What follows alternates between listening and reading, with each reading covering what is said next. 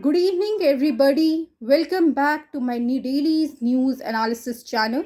So, in this channel, we will see the news headlines of the day. We will not just see the news or headlines of the day, but we will also understand the context behind every news, behind every headline or articles, and also we will see the why, when, where, these three W's questions here, so that you can make a well informed opinion about any news, about anything in this world. Unless and until we do not have a proper knowledge about any content, about any news, our opinions are polarized in nature. They are influenced by somebody. But if we read, if we understand that issue, we know that its history, its geography, its polity, its sociology, its psychology, its philosophy, then only we can make a well informed citizen. And if we have a well informed opinions, then only we can become a well informed citizens, and then only we can also contribute in this nation building. Moving towards our first news headline of the day. Our first news headline is about Kaziranga National Park.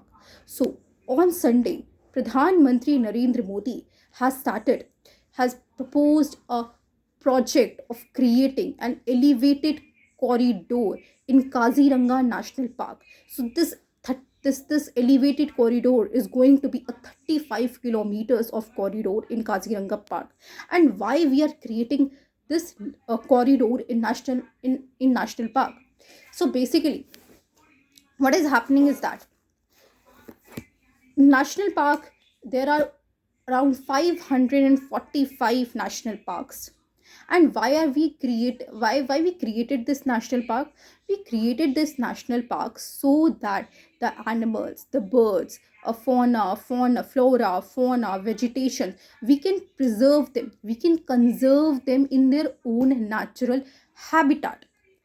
Now this kind of conservation of biodiversity is known as in situ conservation, where you preserve your biodiversity, your uh, and vegetation, animals, birds in their own nature inhabited natural environment.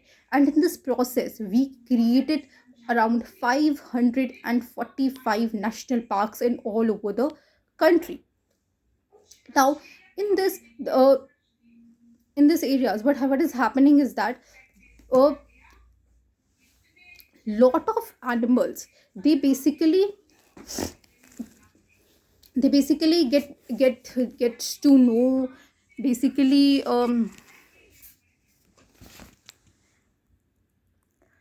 we are seeing a lot of human animal conflict in national park areas. And we are seeing that due to this human animal national conflict, lot of animals are getting died, lot of accidents are cases are happening in these areas, in national park regions, due to this human animal conflict.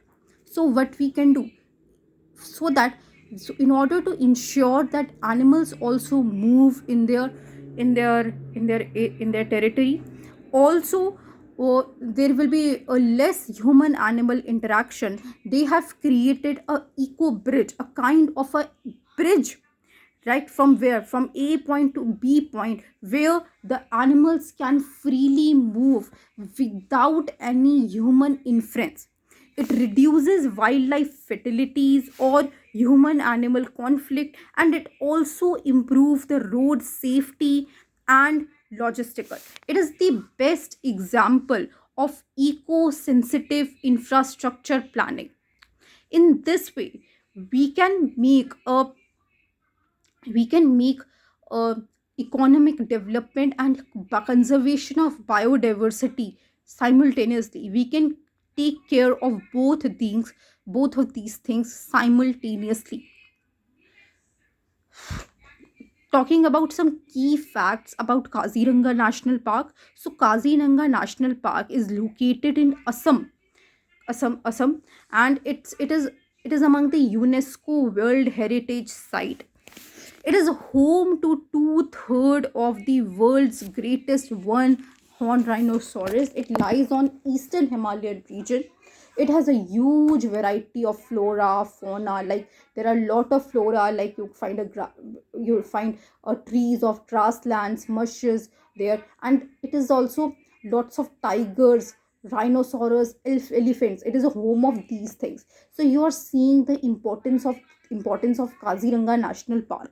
And also, as I told you, it is a in situ conservation method where we will create an environment around animals like it is their environment, like they used to live earlier. They used to move freely from here and there, right? We do not have to constrain their movement, but also we'd also want that there will be less human animal conflict in this region. That is why we are creating an eco bridge here, so that animals can move here from here to there through these bridges only, and we can reduce the fatalities that are happening due to the human animal conflict.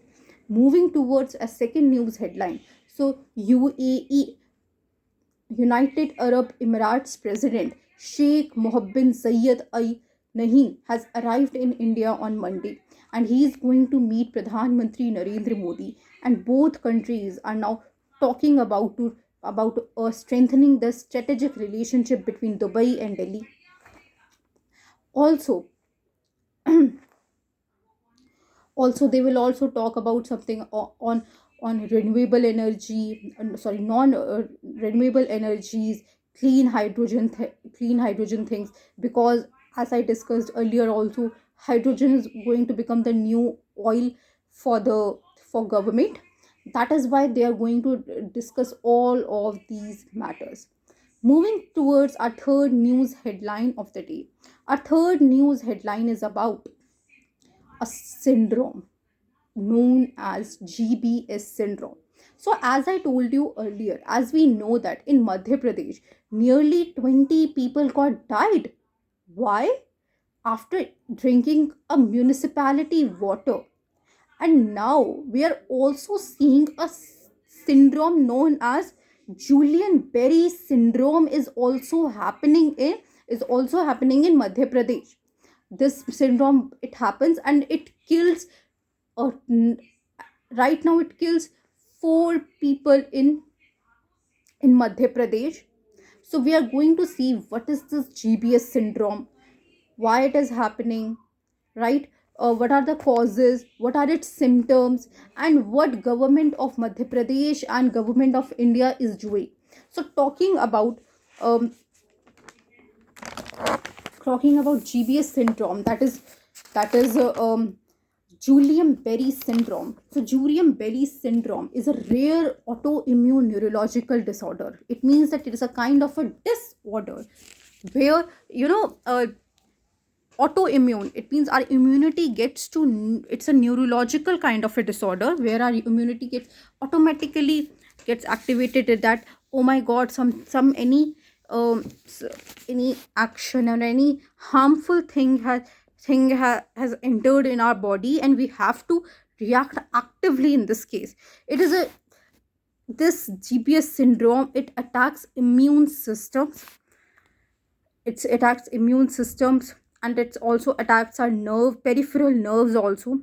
It is triggered, it is caused by having a contaminated food and water. And I said earlier also, we also seen that Madhya Pradesh lacks clean water, and due to this lack of a clean water, now what is happening is that due to this lack of clean water, now what is happening is uh, that now they are suffering from a syndrome, and this GBS syndrome is infectious in nature. That means it can be transmitted from one person to another person. Its symptoms are muscle weakness, paralysis, respiratory disease distress, and you have difficulty with eye movement, in speaking, chewing, swelling. You could, your face, your body could be paralyzed in this area, in this thing. So what is happening is that now we are getting diseases by having a, by having contaminated water, and which is very very harmful. So right now government of India as well as government of Madhya Pradesh has released its guidelines over syndromes. They have released their advisory now. So there are current around 9 activated cases are there in Madhya Pradesh, and 9 cases are suspected. So it is very very increasing. So as I told you earlier, it is infectious in nature. It is infectious, it is triggered by infection also. So government of Madhya Pradesh needs to take the proper precautions. Government of India also helps them. Otherwise it can lead to a fatality, or a disaster or something like this. We have, as we have earlier seen in COVID-19, but it happens. So in order to prevent such kind of a situations, they need to take the proper actions. Moving towards our fourth article. So our fourth news, basically there is an article in the Hindu newspaper which is tells us about Telangana. So let me ask you the one question, that which state has the highest per capita income? It's Telangana. So Telangana has the highest per capita income, that is 3.54 lakh rupees in year 2022-2023 latest data. It has highest GSDP also, right? That is gross state uh, gross state development product. It has highest GSDP also.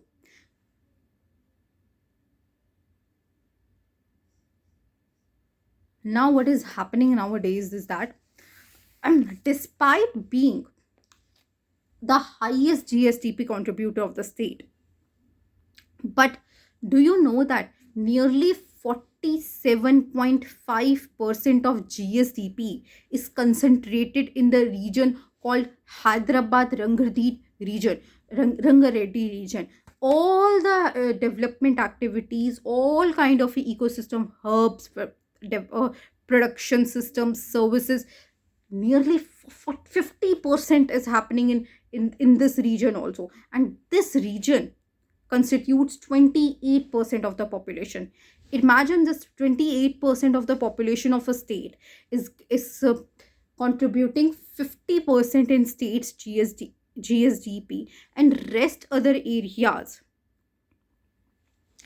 are affected by this. They are, it means the services, the productions, factories, everything is unevenly, spatially, it is uneven in that region, right? It shows uneven region. It means it means the state is not grown up fully, rather a particular region is developing. So there will be no inclusive growth. So what does inclusive growth refers to?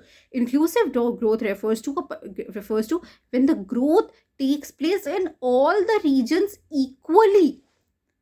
Here only one region is uplifting, one region is doing growth, but other regions are not doing very much. Other population, what about the other population, other percentage, rest of the percentage of Telangana?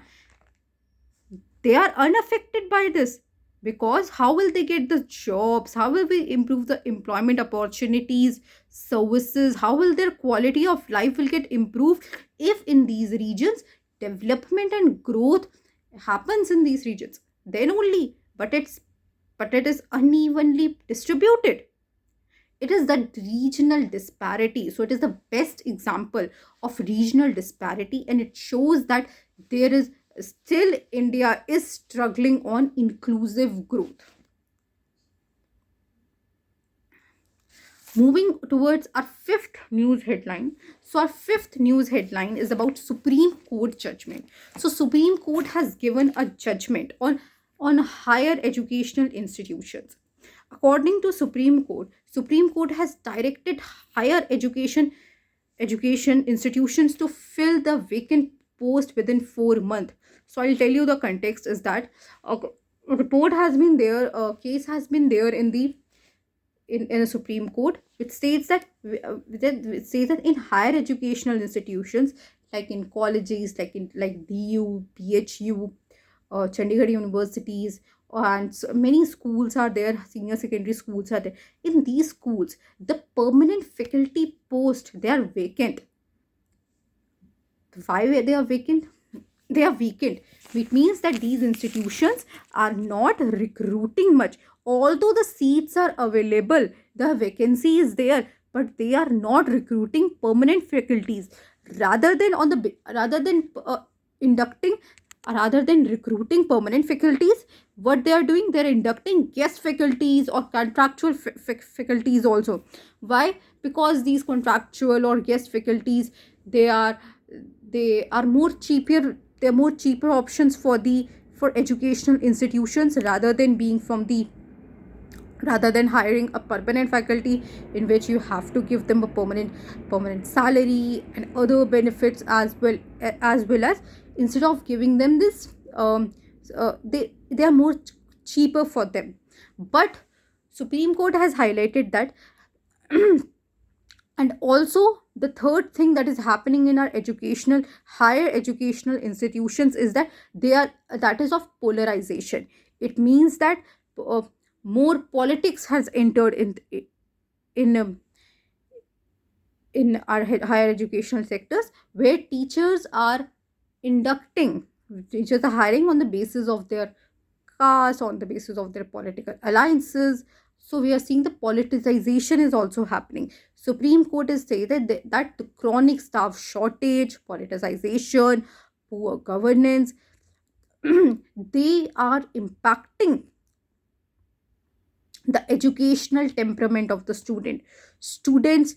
Students mental health is deteriorating, or because their teachers are changing continuously, or they do not possess the good knowledge base, because due to the favoritism, nepotism, politicization, and educational temperament of the country is decreasing. It is affecting.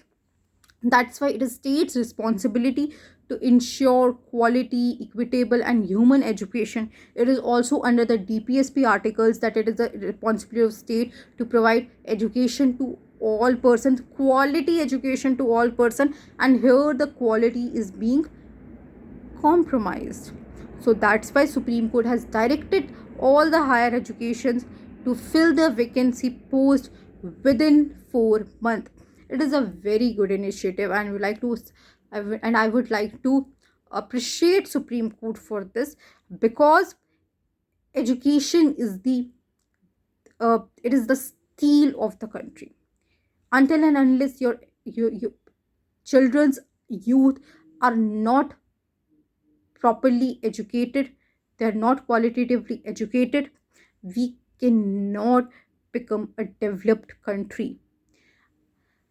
Moving towards a sixth news headline. A sixth news headline is basically talks about, as we know that budget session is approaching now, and all the industries, all the sectors like education sector, health sector, health sector, education sector, and your manufacturing sector, service sector, IT sector, all of these sectors now want something from the government, right? And that is why they are appealing the government finance ministry through for these reforms, through their news articles, through their analysis. So an article is there that all the industries, they are demanding, the cryptocurrency industry, they are demanding to rationalize India's crypto taxation regime. Now it is very very important for us to know about what is current crypto taxation regime in India is there, of course, for your UPSC prelims point of view also, and also for the general awareness. So if the question is cryptocurrency still running in India? Yes, it is running. It is still going. It is taxable. Yes, it is taxable. So whatever kind of money that you're earning from your cryptocurrency, so government puts tax on you. What is the tax? There's a 1% TDS, that is tax deduction at source, on every transaction, and 30% tax on gains without laws of laws set off. So what the industries are demanding, that that government of India, they need to rationalize India's crypto taxation regime. Why? Because India's tax regime on tax system on crypto are very high.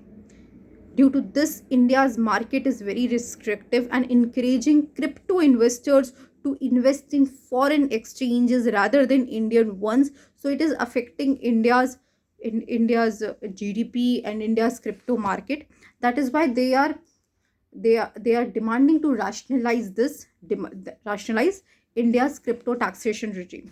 As we know that it's the incoming world, cryptocurrency is going to be there, digital currency is going to be there, but we need to make some precautions that this cryptocurrency, this digital currency will not affect us. They will not affect our government. They will not affect negatively to this country, right? We need to ensure that. So let us see what is going to be happen next in this area. Moving towards our last article of the day. Our last article of the day is about aging population. Dragon is graying. So what is this dragon? Dragon, think of it. Dragon. Yes, dragon refers to China. China is aging. According to many health institutions, World Health Organizations, they are saying that China is suffering from an aging issue, right? So is suffering from demographic winters. What is this demographic winters? Demographic winters refers to a steep decline in the total fertility rate, right? If the total fertility rate of any country is decreasing, it means that new population is not coming, but older ones are they are living for more years, but new population is not coming, right? This kind of a phenomena is known as demographic winters, and currently many developed countries are suffering from this demographic winters phenomena. Like it is said that South Korea will be the first country to extinct from the world map because it is aging. The total fertility rate of South Korea is 0.72 to 0.75. Are you imagining that is this thing? It means new people are not coming, but old ones are not going. And one day we'll have to go. If new peoples are not coming into this world, you will get extinct, just like it is happening with the South Korea. And this phenomena is you know, widely seen in developed countries like America. Japan is one of the among the country. As we know that Japan is also aging. Now China is aging, and within 10 to 15 years, we can also see India is also aging. So we need to understand that why this aging process is going on, why aging is there, and what we can learn from China. In the context of China's 15 to 16% of population is aging. 40, and by the 2035, 40% of China will get older. Currently it's 15 to 16%, but it will now get to 40% by 2035. That's why it's saying that dragon is graying dragon. That's why we have to make our policy in such a manner that we have to accommodate, we need to boost our silver economy, right? What is the silver economy? Silver economy is a kind of an economy where you will use the where the retired persons, they will use their um experience in they will continue to work after retirement also, as a consultant, as a manager in the organization that they have served, and we will use their experience in order to move ahead. So silver economy is such time that we will give employment to these retired person also. We have to give boost to them. We will also have to make policies regarding this. So why the total fertility rate of world is decreasing these days? This is the most important issue that we have to talk about it. So the number one reason is that low total fertility rate. What is this total fertility rate refers to? Total fertility rate refers to number of children a woman will give in her entire reproductive system. In her number of children, say that right now China's has 1 to 1.1 birth as per of 2022-23 policy. The optimum that experts suggested that the optimum total fertility rate, it should be 2.1 to 2.2. In this way we can also not manage, we can also balance women's health, and uh, we can also states that there will be no aging issue will not occur in the country. This is the region. So why this total fertility rate is decreasing? Because of high secularization. Secularization means when religion is going out of your personal affairs of an individual, that process is known as secularization.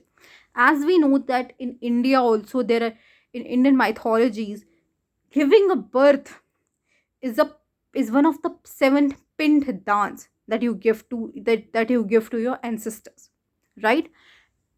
In each and every religion there is talk about that we have to give birth, we have to uh, you know uh,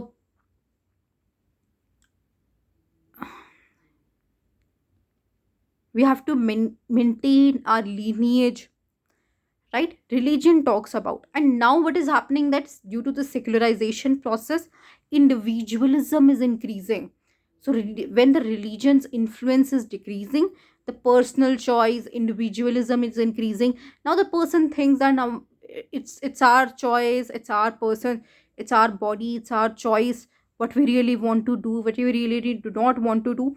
Due to this is the number one reason among all over the world, because each and every religion talks about this, has this point, right? And now we are seeing this, secularization.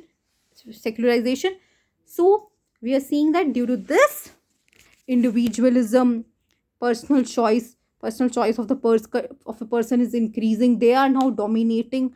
That is why this is among the number one reason. Also standard of living is also increasing day by is also increasing, which leads to the cost of living is also increasing. So when a person needs to do some family planning, so they used to think that, because adding a new member into a family, in a family, it will lead to, adding a new member, it will lead to add more financial burden on the parents, on the family. Due to this, now young couples, they are avoiding to have children. And also, as we know that status of women in all over the world has increases, reproductive rights are increasing. This is also among the reasons why why our fertility rate is affected. And also joint family structure, because earlier they used to have this joint family, so you can manage, so children can be well managed, right? Parents do not have to think. Now there is a nuclear families, and now families are getting nuclear, shorter down, there is a nuclear family structure. So this is also among the reasons why women are reluctant to have less babies. And due to this, fertility rate is increasing, and due to this low fertility rate, population is decreasing, aging process increases, and it will lead to the extinction, as we are seeing in the South Korea's region. So we will have to think about each of these issues. Now, I would like to end this video by today's quote. And today's quote is by David Goggins. David Goggins has given a very beautiful quote. He has said that when your mind is telling you that you are done, you are exhausted, and cannot possibly go any further, you are actually 40% done. So it states that take breaks, but do not stop until you will not achieve your full target. On that note, thank you so much. Bye. Take care.